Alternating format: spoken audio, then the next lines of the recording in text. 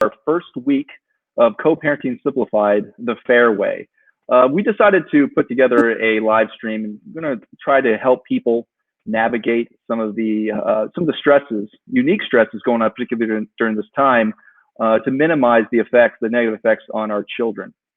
So first, I'd like to introduce my co-host here, Gabrielle. Gabrielle is an amazing person. She wears many hats. She's been an author of a best-selling book called Better Apart, which I highly recommend to everyone. It's sitting right behind her. You can see on her desk there.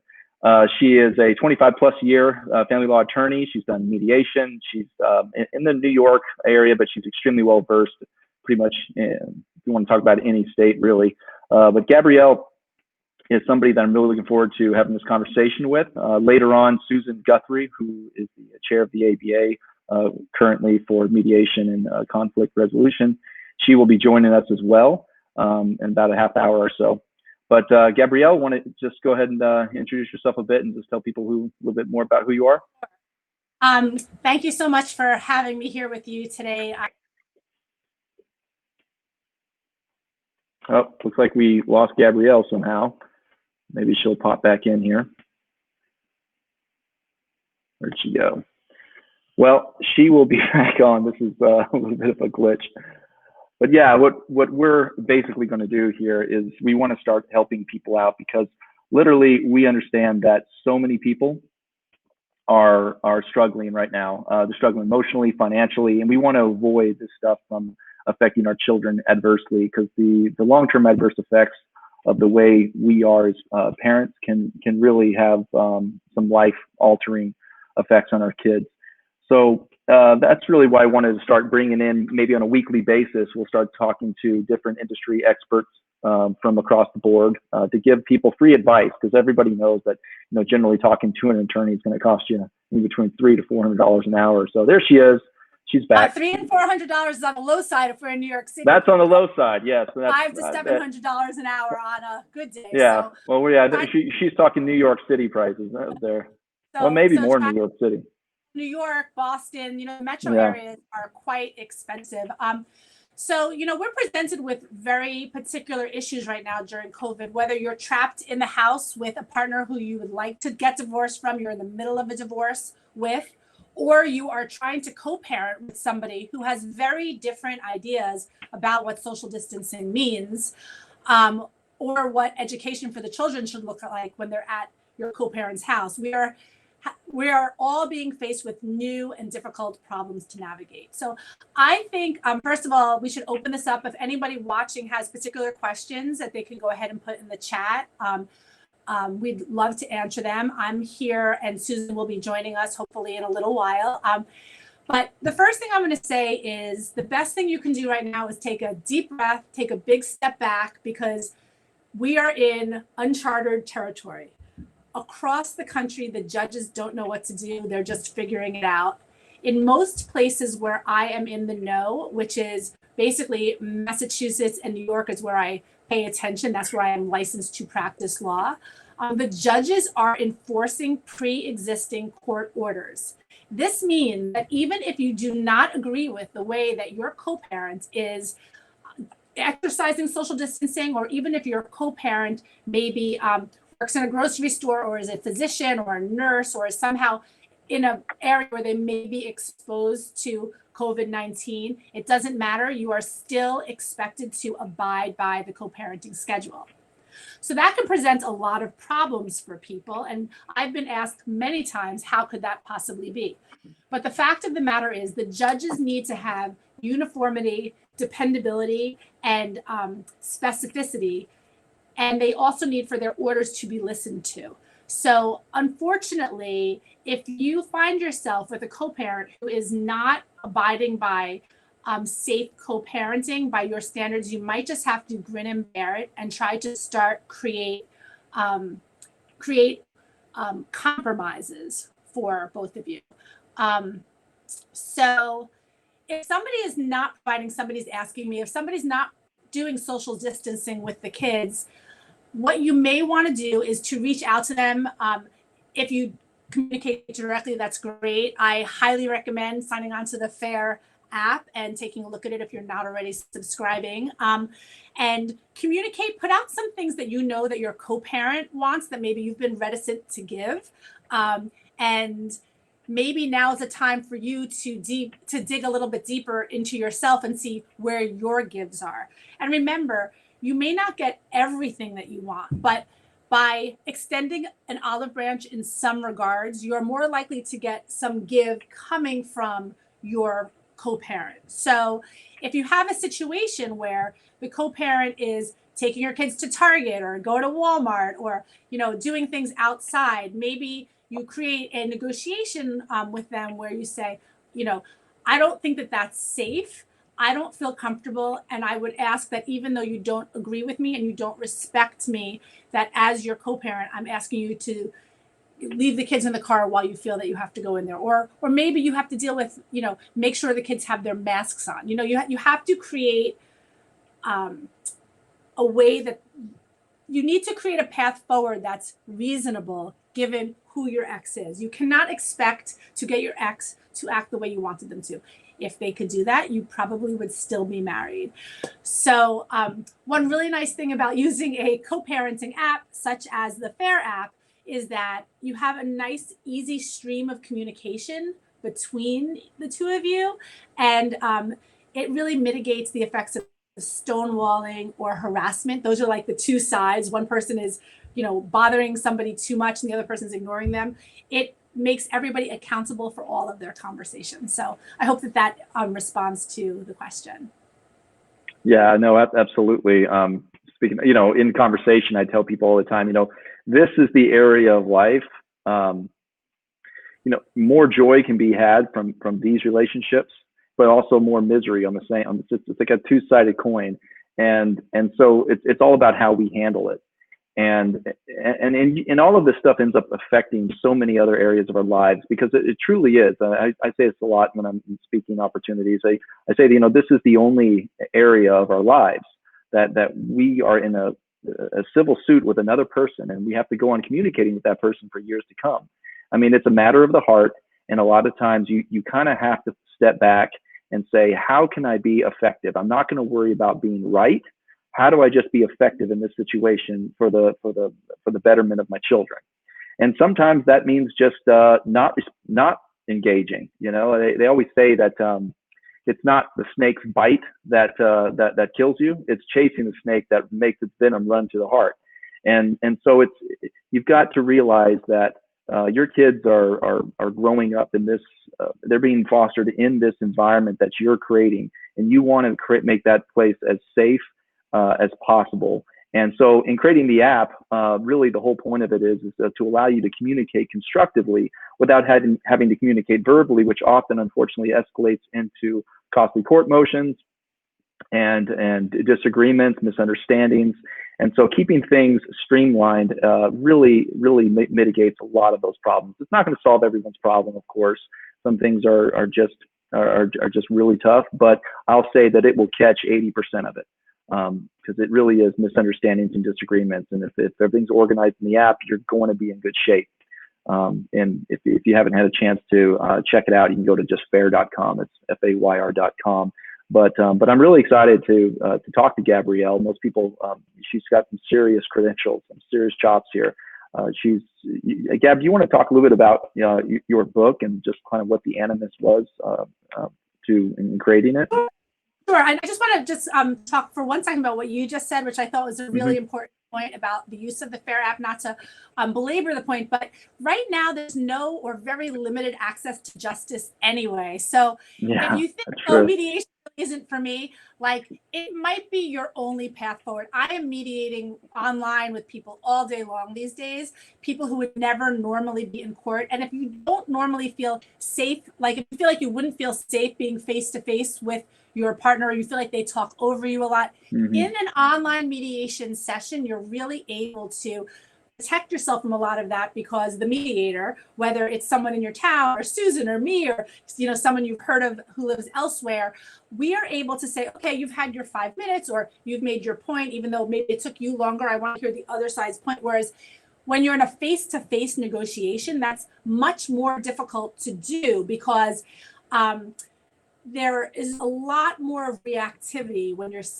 you're picking up on the body language and the smaller facial cues from your spouse that have maybe set you off over time.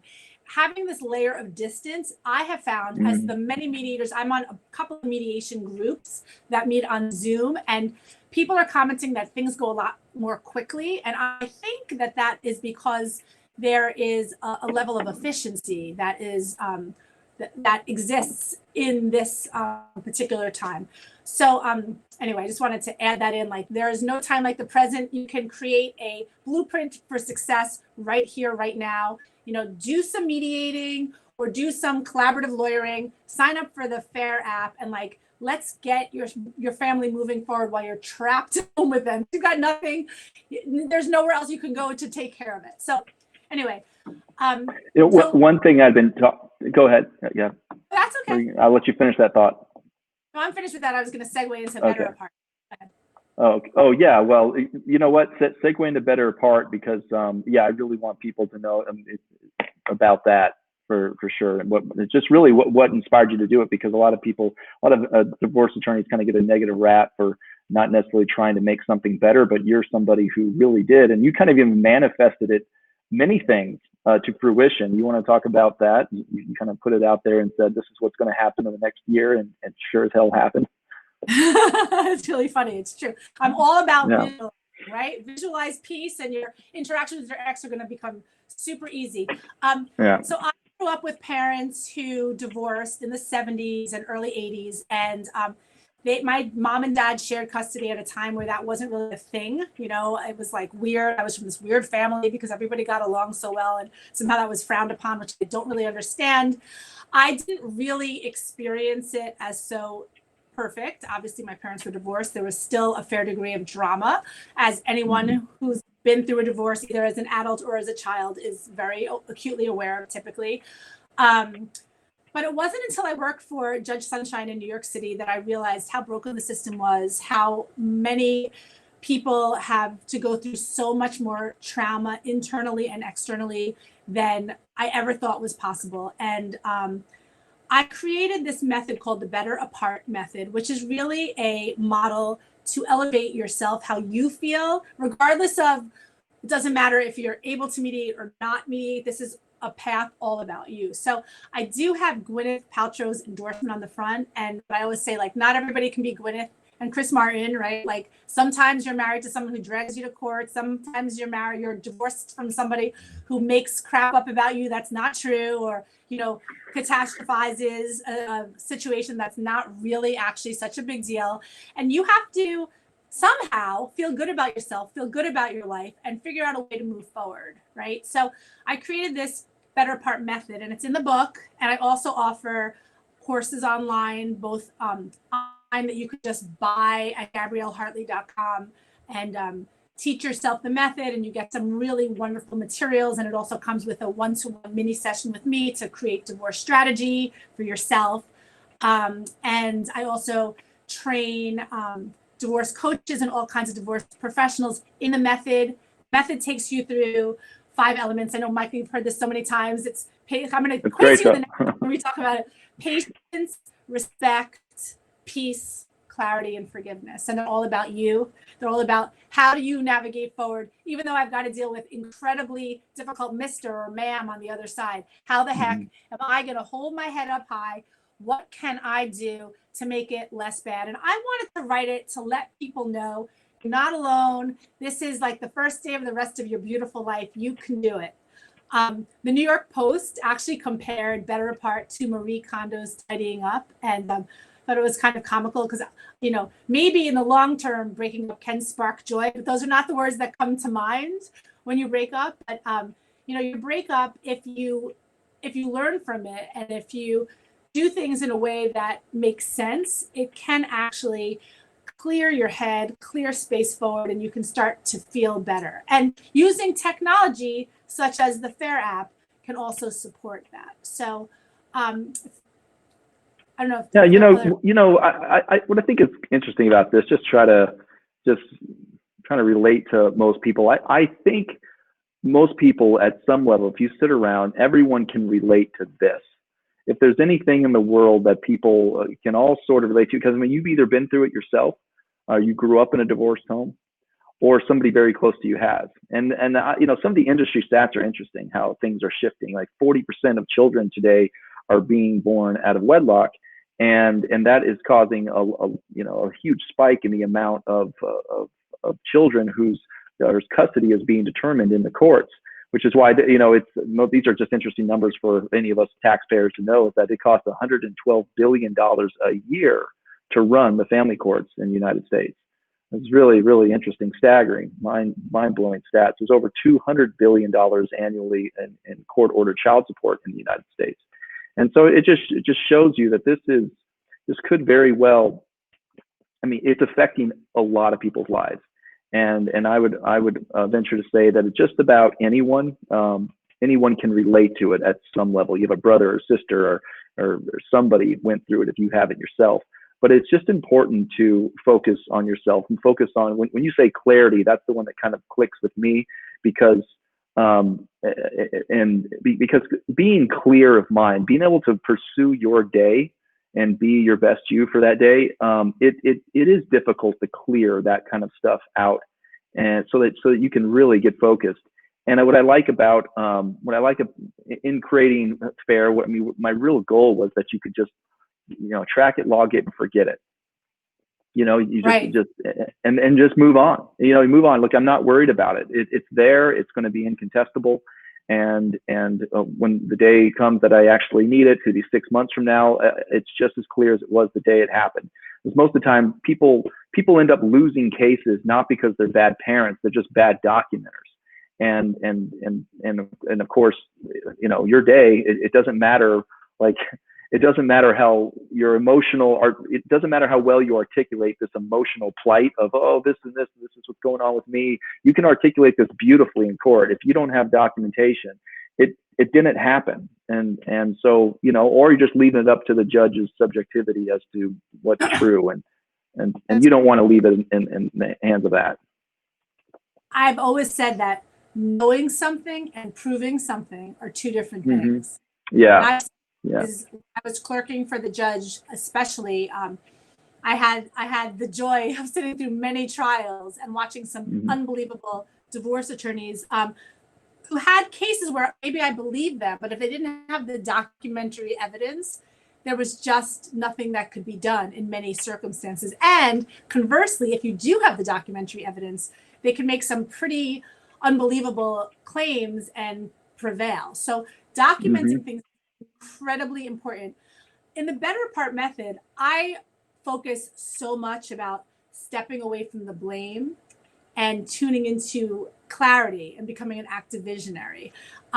Because what better way to move forward than to reclaim your life? Like, what is your narrative? What do you want your narrative to be? And if you're stuck in the mess of the communication, the narrative is just not clean. So getting back to the original intention of this live stream, like, how can we continue to coexist right now in some sort of safe way with a partner who we do not want to be living with anymore? Okay, so if we can just touch on a couple of things that we can do, we can create actually parenting plans that you can live by even though you're in the same house. So for instance, I have couples doing this with me, you know, all week long. We create a plan. You need to work these hours. You need to go deliver food to your mother these hours. You need these hours for free time, and you've got these kids, right? And so we create a flow between the two parents where it's very clear who has responsibility to do what when. And then we don't have the issue of, you know, he left for 6 hours, she dumped the kids on me for 10 hours. We know what is happening. So we're operating as though we're in two separate homes, although we're being respectful to each other and we're not necessarily billing each other for food or something like that, but we have clear responsibilities. When is it your night to make dinner? When we make dinner, are we going to all eat together as a family? You know, how are we doing this? Clarity, clarity, clarity. The more clear you can be, the better success rate you are going to have moving forward. I always say hard now, easy later. So dig in, make it difficult, get into the mess, and then you're not going to have the problems later. Remember, after you and your ex, no matter how disparate you are in your perspectives, right now you're the most unified for most people than you will ever be. Once it is true that sometimes a new spouse can help the situation, but more often than not, once you bring in a new partner, all bets are off because, maybe there's some new jealousy or difference of opinions of child rearing.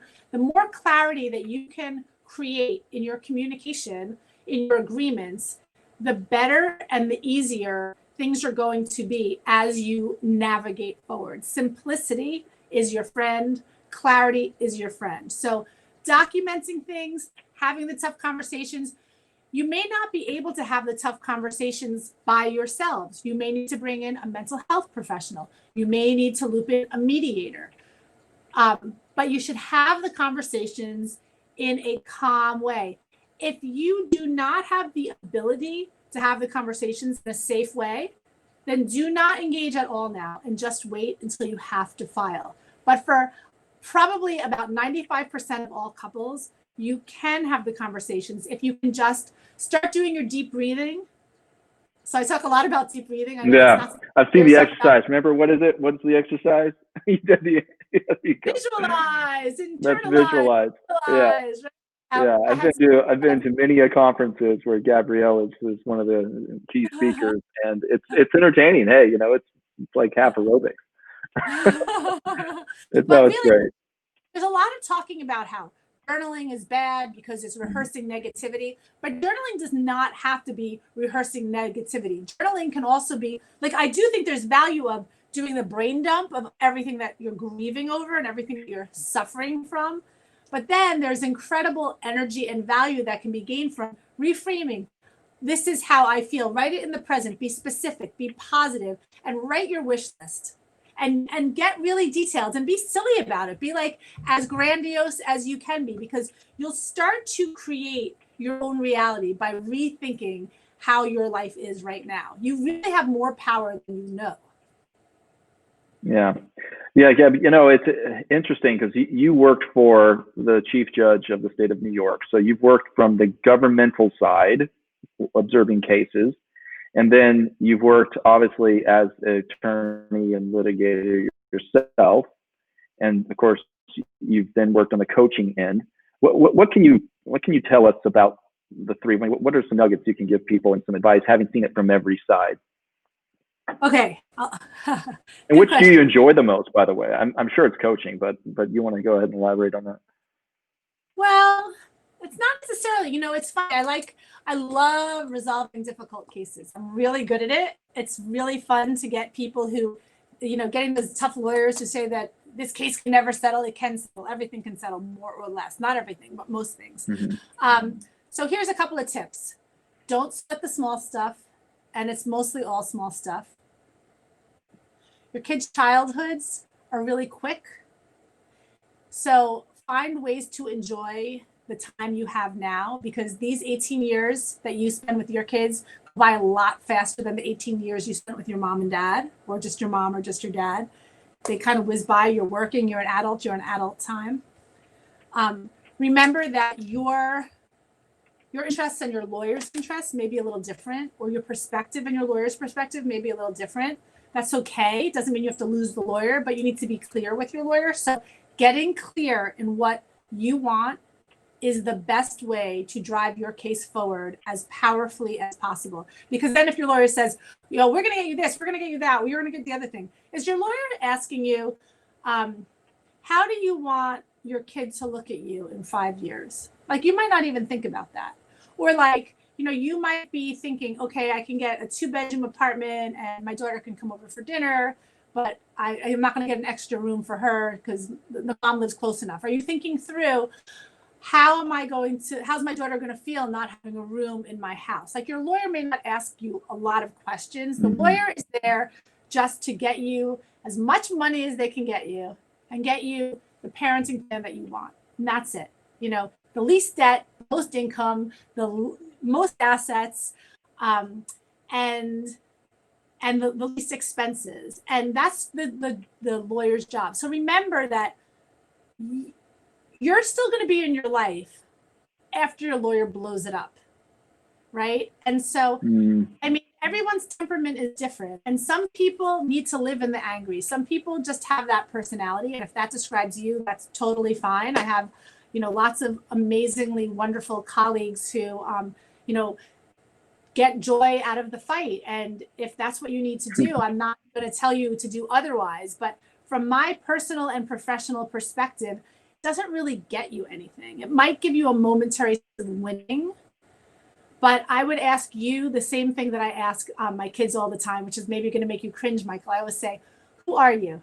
You know, not to answer to me, but to answer to yourself. And yeah, it's rhetorical, right? Be true to who you are in your process. So don't be afraid to ask questions. If you think that there's something, if you have that like little voice in your head saying, shouldn't I be getting part of this? Or what about that? Ask the question, because you know what? You might be right. You're probably onto something. Trust your gut. Hire a professional who you feel comfortable with. Yeah, like if there's somebody out there kind of thinking to themselves, hey, I might be going down this road. I mean, I think most people are obviously wise to try to crawl, walk, run in this sense. So could you give us an example of what an action of crawling and walking and running would be? Just the steps that you would take to obviously try to do this with the least damage possible to anyone's life or pocketbook. What would you recommend? Yeah, so the first thing you want to do, whether you're going to mediate or collaborate, is you want to have a meeting with a lawyer and get the questions answered so you know what are your rights. What do you stand to gain? What do you stand to lose from an economic perspective with the kids? Full picture. You have to go get a second job. You have to get a job in the first place. You know, how are you going to live once you decide to pull the trigger? Now, you need to do some research onto what kind of approaches are available for you. All of this, I go into all of this in the book, Better Part, you know, what the different approaches to law are. Collaborative with a big C, collaborative with a little c, mediation with a neutral third party. You know, we should probably do an episode all on the different approaches. We really should. We really should. Yeah. There's so many different ways to proceed. But the first thing you really want to do is find out what your rights are. Now, I say that with a little asterisk, which is to say, I've been working with top lawyers all around the country. And the one thing I can tell you is the laws are different everywhere. So knowing that gives you some sense of freedom that you don't necessarily have to, you know, you're not like an idiot if you don't take everything that you're able to. You give more than the judge says you have to give, because the very fact that the laws are different everywhere lets us know that there is no objective, correct outcome for these cases for your life, right? If you live in one state, you're going to have a different outcome than if you live in another state. So find out what your rights are, number one. Number two, there's a trap that people fall in very often, which is to create a false argument to make leaving easier. There's you know, of course, there's a set of people where there's like gambling or spending or cheating or fighting or, you know, big reasons to leave. But then there's a whole other world of people who just want a divorce for whatever reason. They don't feel emotionally at one with staying together. The marriage is no longer working for them. And so what happens all too often is they create a fiction, which they believe, so that leaving is validated. You know, so they might like make a big fight out of something that should be a small fight. They make the movie, they make their lives into something that it doesn't need to be. It's okay to decide to divorce. It is okay. I'm not a divorce advocate. I believe if you can stay with your partner, you made a vow to the partner. My personal beliefs are you should do everything you can do to try to stay with them if it is possible. But it shouldn't be possible to the detriment of your mental health, right? Your physical health, and when I say mental health, it doesn't mean you have to be having a nervous breakdown to leave. You just might not like feel right, feel like yourself, feel whole, whatever it is for you. But if you feel like you've just lost yourself within the context of the marriage, it may mean that you need to reboot things on your side. You may need to start recognizing where maybe you've been complicit in some of the dynamic and start making changes yourself. So there's a lot to this. This is not a simple road to navigate. I think one of the reasons people run to court is because that is easier. You're handing your life over to somebody else, the lawyer, and your spouse is handing the life to somebody else, the lawyer, and then you're letting the proverbial stranger in black robes decide your life. They don't know your history. They don't know your kids. Yeah. They don't know anything, and they're not with Yeah. you for very long. And they may come from a very different background from you. You may remind them of someone they don't like very much. They may have had a poor relationship with their own mother, their own father. I mean, who knows? You are giving up all power and control. And guess what? When you give all the power and control over to to a judge, which again, sometimes you have to because you're drawn into court. But when you do that, so often you wind up with an outcome which is not what anybody wants. So. No, absolutely. No, Gabrielle, you're spot on with that. Like I think, of the 55 to 60 million people co-parenting in America today, I imagine I'm sure there are studies out there to show it's the way they're handling this. I too am not an advocate for let's just go get divorced. You don't like your job, quit your job. You don't like your spouse, quit your spouse, whatever. Like, we have to recognize, yes, that we have our own deficiencies, and working through those the best we can is oftentimes that could be the solution.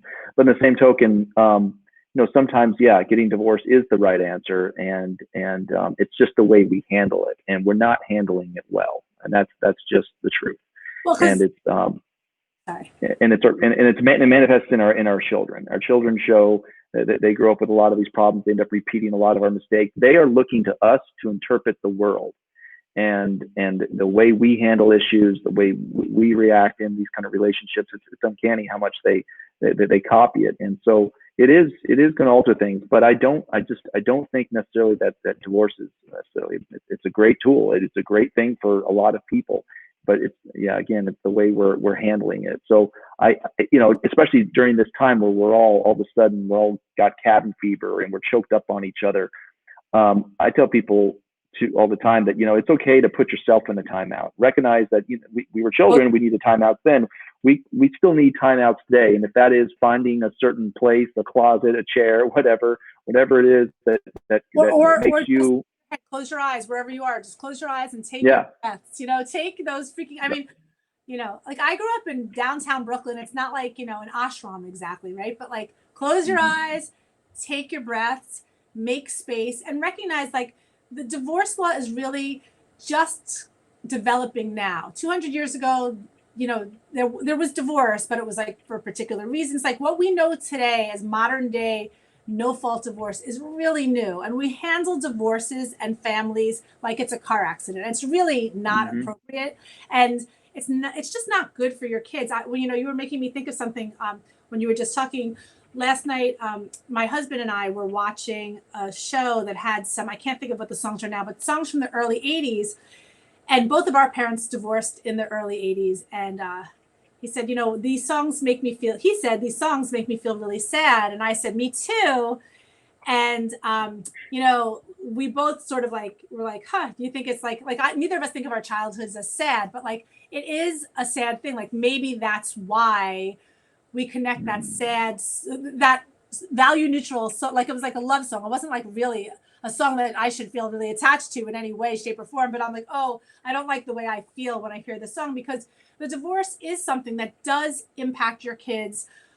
Just as, and again, a bad marriage with lots of fighting, there's lots of research to say that's worse. It's better to have one calm household.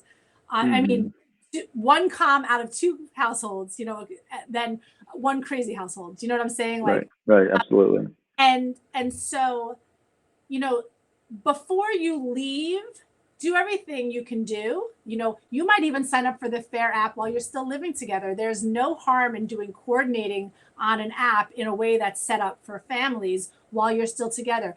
Or like if you resent your spouse because your spouse is always traveling for work and always doing things for themselves, and you find, oftentimes it's the mom who's like working and running the kids around, and they get so resentful. And so they just say, I've had enough, I'm out of here. What about if you're going to leave anyway? What about trying to take some more personal time before you leave? Maybe your marriage will survive. Maybe your spouse isn't as self-centered as you think. Maybe he was just, and I'm saying he, it could be she, was just raised in a way or wired in a way to take care of themselves a little bit better than you were. So like engaging in self-care might be the first step, and stepping away from a senseless argument cycle is really like the only way forward. And remember that argument cycle can even be started by your advocate. So pay attention to the conversations. I can't tell you how many times I was trying to offer child support to the other lawyer, and the lawyer's like, I'll see you in the courtroom. So 5 hours later, several $1,000s later, I would get my client, the exact thing that I was about to offer at 9 a.m. at 3 p.m. And so I made a bunch of money, and my client had the same outcome, and the other lawyer, wasn't being a very good lawyer in my perspective. And it's not because the lawyer's a bad lawyer, it's just the lawyer's not listening. That lawyer might be fantastic in the courtroom in a battle, right? But you want to make sure that you're really paying attention, that you're vigilant to what is being offered. You should always know every offer on the table. Don't let your lawyer say no for you. Would you ever recommend, Gabrielle, going to just as a first chance opportunity to reach consensus without the interest? Because I sometimes view lawyers, their interest is in direct conflict with yours, because the more we go on and fight, the more money they're making. So would you recommend people who think that they can amicably solve this thing just go to a mediator? Well, obviously mediator with a background in law, not a mediator. I think you go to a lawyer for an hour with questions. Well, right, but and then right. You can go to a mediator. Okay. Mediation. I do online mediation for people all over the country, and I do these wonderful flat rate mediations where people get divorced within a short period of time for a much reduced rate, and they know what their rights are, and they have to advocate for themselves. I try to elevate each party so that nobody's walking over the other. That's the problem in some mediation. You really need to know your mind, and you need to be equipped to stand up for yourself. But if you have a mediator who is skillful, they're not going to let you just be trampled. Right. Do that. Well, what I like about the mediators generally is they want to, as a part of as far as their business, their business is to get reconciliation. Is to come to an agreement. They're not incentivized by let's just make this, let's just fight about it. It's not good for their reputation as a business, right? They want those 5-star reviews. That's the same as a collaborative lawyer. So the difference. Right. Same as right. The difference is, go ahead. Well, collaborative lawyer means there's 2 lawyers who are each representing one of you, but you're signing a contract saying, we're going to have open conversations. We are going to share neutrals. We are not going to go to court. If the process breaks down, you have to start over with new lawyers. Everybody has to buy in to make it work, because the 2 litigants, they don't want to start all over. They've got money in the game, and skin in the game, and time in the game. The collaborative lawyers lose the case if and when the case breaks down. So everybody has a mind's eye at resolution. A mediator is not advocating for anybody. The mediator is literally there to be the third party neutral. So now you can do a hybrid model where you're in collaborative law and it seems like it's going to break down. If you're not using the coaching model, the team model, so in certain areas where people have enough resources, we do a team model where there's 2 collaborative lawyers, there's a financial expert, there's a divorce coach, and we all work together with the goal of creating a safe container for the family to move forward. But look who's here. Hi, everybody. I made it. I'm so sorry. So happy to see you. I'm just going to finish this one. Yes, no, please. But sometimes there's a collaborative case where there's just the 2 lawyers and they're not quite able to seal the deal. In those cases, a mediator can still be called in to help close the deal, to sort of put a bow on whatever's left open. It doesn't mean you need to run to court. There's always an opportunity to reach a reasonable resolution. And again, I don't want to sound like an infomercial, but I do think that by having the Fayr app as part of your repertoire, you're really serving yourself, your children, and your family forward. So hi, Susan. Hi, guys. How's it going? I'm so sorry I'm late. It's a So great. day. Gabby, why don't you, since I introduced you, you want to introduce Susan? Tell everybody just how wonderful Susan is. The queen of the president of the planet. The president of the planet. I always say she is the president-elect. No, she's the president of the mediation section of the dispute resolution portion of the American Bar Association. That's a mouthful. Yeah. She trains mediators all over the world, actually, to mediate online. She is an online mediator herself. She has many years of about 30 plus years, believe it or not, although she doesn't look over 30, of experience litigating and mediating. And she is the host of the Divorce and Beyond podcast, which is amazing. So Susan is a superstar, and I always love collaborating together with Susan. So hi. Hi. Well, thank you so much. And again, I'm sorry to be late, but I'm really happy to be here. Anybody who does listen to my podcast or just knows me knows how much I love Gabrielle and how much I love Michael and how much I love Fayr. So I think this is a wonderful thing. I'm sure you've already spoken about, but so many people are reaching out right now, through various channels because there's so many challenges facing families right now. So I love the idea of the Fayr approach and co-parenting and this ability to ask questions. I think it's wonderful. Yeah, it really is. It's just awesome to have a panel like the two of you in particular. I mean, the amount of because I clearly get the opportunity now in the last 3 years to travel the country and meet professionals from all over the place, which is where I met the two of you. Actually, I met Susan in California, and then Susan put me on a call with Gab, and then we just clicked. Oh yeah. Gab's she's like my big sister. And Susan's our mom. but stop saying that. Susan, you're my sister. You're not my mom. Don't worry. Yeah. You would have been a toddler mommy. Yeah. That's funny. I'm by far the oldest one sitting on this screen here. So as Gabrielle said, 30 years plus. But I've learned a lot in my 30 years, so at least it makes me helpful. I'm right. I'm 25, so yeah. And what I like is the three of us are all trying to go about this in a very modern way, I suppose you'd say. We're entering.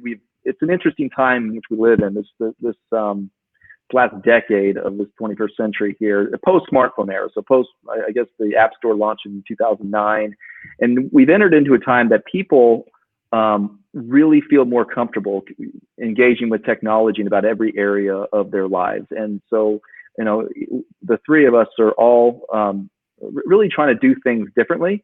Particularly Susan. Susan is making a massive impact. I mean, she's had podcasts with, I don't know how many millions of listens, probably 3 million downloads. Between all of them, I think it's coming up on 4 million. So 4 million. So yeah. There it is. It's 4 million. And then Gabrielle's had a best-selling book that's been written about, and I'm going to forget some stuff, probably Washington Post, New York Post, New York Times. Whatever else, but the point everywhere else. Yeah, we're making an impact, and that's what's important. And it's an honorable work that we're involved in, and I think going about it from this technological approach is really smart, because when you think about the cost and the emotions that get that get invoked in this whole process, it is so disrupting to one's life. It's like going. It's constantly, I know for myself, when you have a pending court motion, it just eats at you. You can't even sleep at night. You find yourself waking up thinking about it. And so when you're able to use these tools, or just how uncomfortable it is to show up to a mediation and you're sitting there in the waiting room, and then the other person comes in, and it's just such an awkward, you can feel it in the air. And this whole process is completely annihilated when you do one of Susan's online mediations. You can be in the comfort, you can be in pajamas sitting in bed, for goodness sake. With your dog on your couch. Yeah, just think about the amount of time, anxiety, money, and stress that you're saving. It's just a tremendous, and I just can't recommend more both the two services that you provide, coaching as well as online mediation. But Gab, one thing you had said earlier, and I just kind of made a note here. You were talking about using Fayr, even when you're together, and I try to give people a little bit of perspective on I don't care even if you are married. We do live in a world now where you have two professionals living in the home.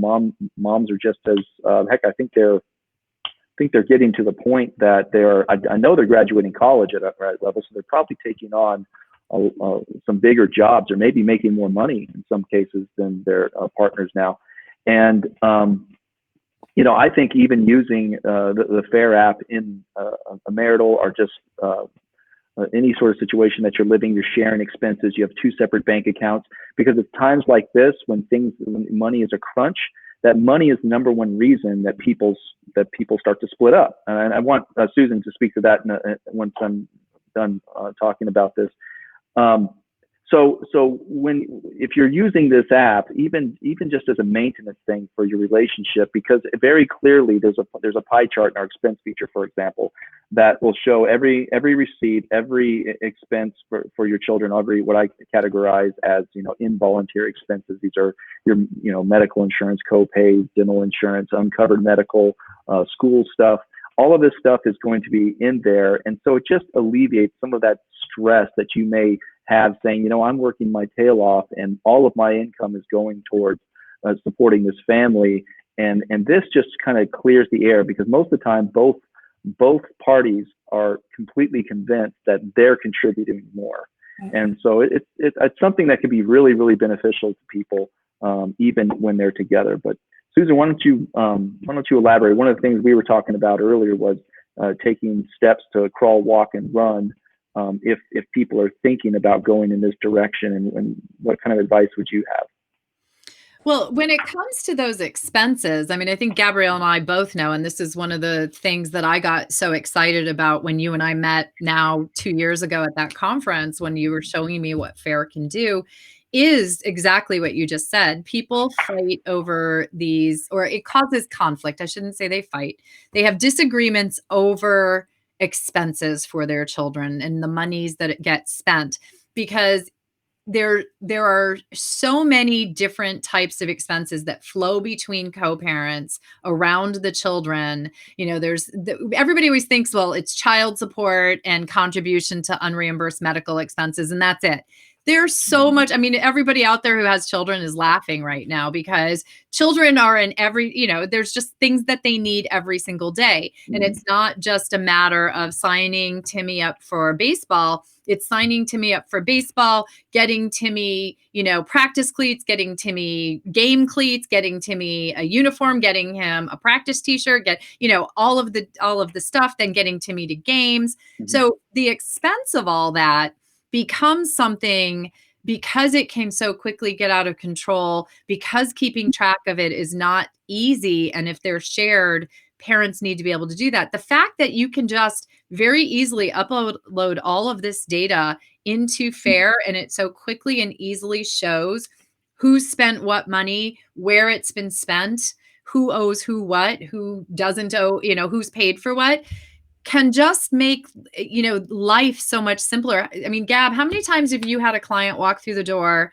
after the divorce, or even during, with either a stack of receipts, right, of all the things they paid for with a bunch of scribbles on them, or the dreaded spreadsheets, which everyone thinks are better, but in some ways are worse, because they're tell me about this. It's just, you can make whatever up you want. Yeah, exactly. Like nonsense. And when you have a spreadsheet and you think you're going to get $13,000, the other person is going to have a spreadsheet where you actually owed $3,000. Yeah. Because theirs was $16,000. Like, whatever. I'm like, you didn't turn that over yet, because if you did, we're going to get the countervailing spreadsheet with the opposite. Right. So. And then you don't have, they want to see the receipts. They're like, your spreadsheet's no good to me. I don't trust you. Where's the canceled check? Where's the paid, bill? Did you get reimbursed from the insurance company? So why do I have to pay 100%? There's, and that's an every month thing. That's not, a one and done. that's a every day, every month, every whatever your time period is. So being able to track that just as one function of what you can do in Fayr, and having it so easily, I mean, the chart is one of the things I really love. Yeah, the pie chart. Yeah, but pie also, chart's fabulous. how many times do you hear people arguing about like stonewalling? Like, I wrote to him 50 times and he doesn't text back. I mean, now we can just see, like, how many times did you write? Are you harassing him, or is he really ignoring you? Right. You know, it's just really nice to have everything right in one spot. And I also, of course, like the journaling feature, the ability to do more than just track. That is, you know, I've had people say, oh, well, I can just use Google Docs, Google Calendar. The fact of the matter is, this is carefully curated for you through your complicated relationship and dynamic, and you can do so much there. Yeah. Well, and one point to that, because this is something that I've had clients use, and I think this is so helpful. So if you, part of your agreement is you're going to share certain agreed upon extracurricular activities, say, and so you send a text or you send a message within the app to your co-parent, and they say, sure, go ahead and sign Timmy up for baseball. You now have that written evidence of the fact that they agreed to the expense that's now going to go on your expense sheet, and it's all in one place. It's not going back and flipping through your text messages and hoping that it's still in there or screenshotting it. Because you're communicating through the app, it's there for you. You know, and another thing on the communication part, and maybe you talked about this earlier, but Michael and I talked about it before earlier in the day.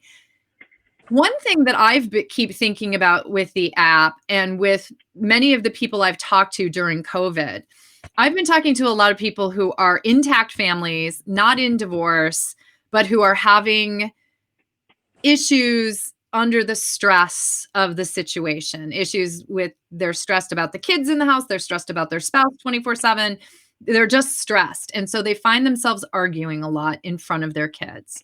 And I actually pointed out to them, using an app that has such an easy communication tool, whether you're an intact family or not, you can say whatever you want to say, although it's going to be evidence, but you know, you can communicate through the app, even in the house, to keep those arguments away from the kids. No one said you have to. That's the other thing. Your kids can pick up your.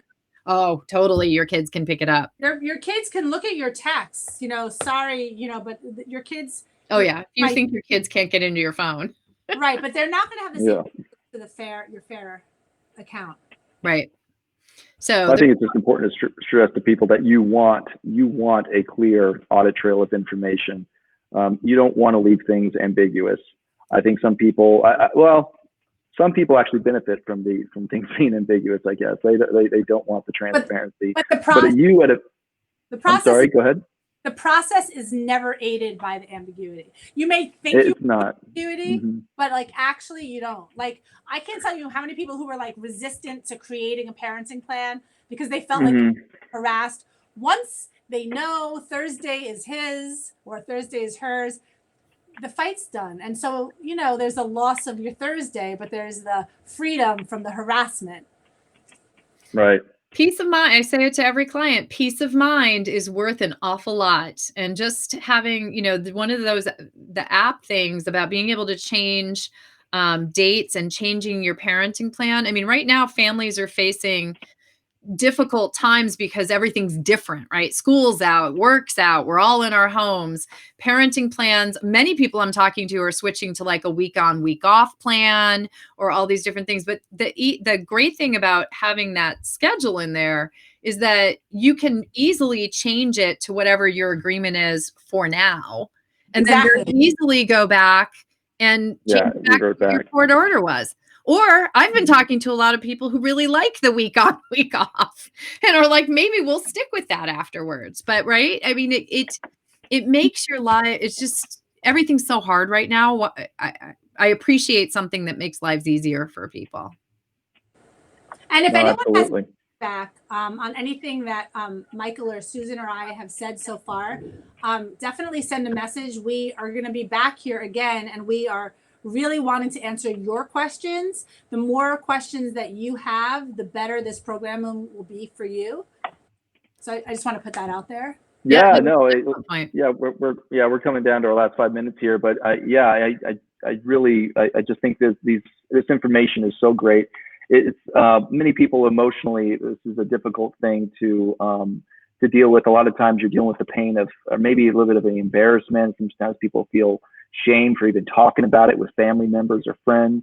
You know, we have our social circles, and that's difficult. So we want to be an outlet for you. We want you to be able to write in. We'll do our best to, if there's certain questions that we don't really have the answers to, we want to be able to get those people on the following week. One of the ideas we have is get a forensic accountant to try to give us those that perspective of what people can look forward to, and also just get people help when it comes. Some people have never dealt with the finances. Your spouse. Oh, we lost Michael, but you know, I think he's, you know, it's a good point. And the other thing is reach out to Gabrielle and I on social media. Gabrielle Hartley ESQ on Instagram, Susan Guthrie ESQ on Instagram, or any of our other social. But if you have questions that you want us to answer, one, we'll answer them in real time when you send them to us. But we'd love to be able to then use your questions on the Facebook Live to help other people. Hey, Michael. Hi there. That's a little magic trick I can do. I've been on every position now. Yeah, we're all going to move down the line. But we were just saying, you know. We lost him again. Yeah, he's having, well, you know, and this is what just happened in my last webinar that I was teaching all those people how to mediate online. My internet kept going out, but I love, you know, being able, I know people, and I know you know as well, Gabrielle, because we're getting the emails, we're getting the outreach every single day. People are going, this is hard, and really hard. You know, they don't realize, you know, we've just done this. I hate to even say this out loud, but between the two of us, Gabrielle and I have a long time of doing this. It's like more than half a century of helping people restructure through divorce and co-parenting. And so, you know, we just may know or have some ideas for things that just wouldn't have, you know, come to your mind. We've been helping people come up with creative solutions. That's one of the things I love about mediation. Mediators help you be creative, find what works best for you. But once we've helped hundreds, if not thousands of people, maybe something that helped one of them will help one of you. That's right. Getting curious and looking for new paths forward. So we are very excited to hear from each and every one of you. You can send us messages through our social accounts. You can message us through our websites, but reach out to Michael through Be Fayr, and we'll see you next week. Yeah. Thank you very much, everyone. I'll be on time next week, everyone. All right, everybody. Thank you. Thank you.